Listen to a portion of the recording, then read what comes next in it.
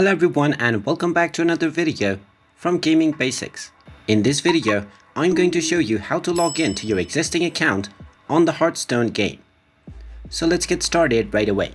First of all, if you open up the HearthStone game after you have installed it, then once it is loaded, you will see the sign in button. Just go ahead and tap on it and you will be allowed to log in to your existing account.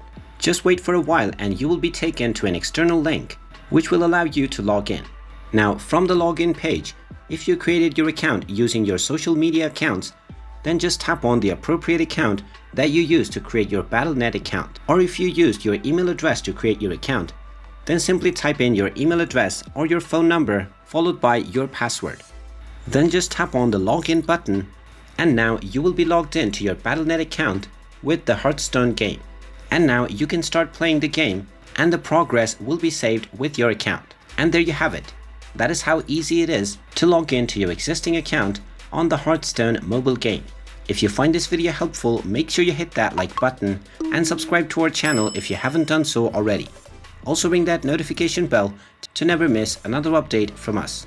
Thank you for watching and I will see you again in the next video.